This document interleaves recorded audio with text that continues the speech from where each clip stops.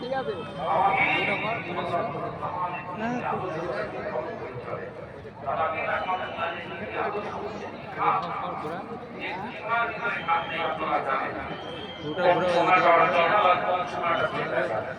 আমার মজা করে চলেছিলাম